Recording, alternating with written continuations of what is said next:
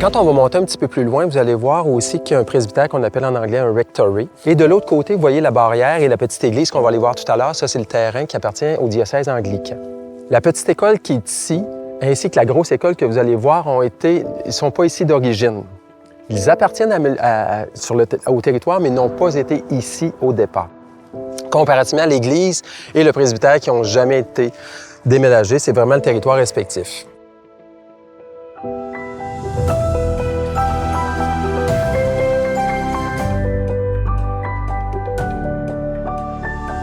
Les gens qui viennent pique-niquer, des fois, ils ne connaissent même pas le site. Et là, oups, ils montent puis ils s'aperçoivent que, il y a une église qui est là, on la voyait, mais il y a une bâtisse, une belle vieille maison en arrière, qu'est-ce que c'est?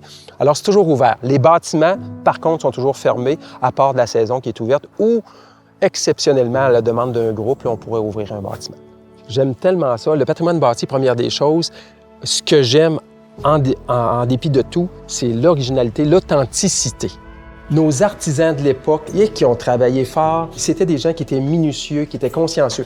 Pour que ces bâtiments-là durent tout près de 200 ans, c'est parce que c'est bien fait. Vous vous promenez à l'intérieur des bâtiments, vous vous promenez à l'intérieur de la région, vous trouvez ça beau, vous êtes des passionnés, allez-y. Prenez le temps de bien aller à des endroits que vous allez aimer.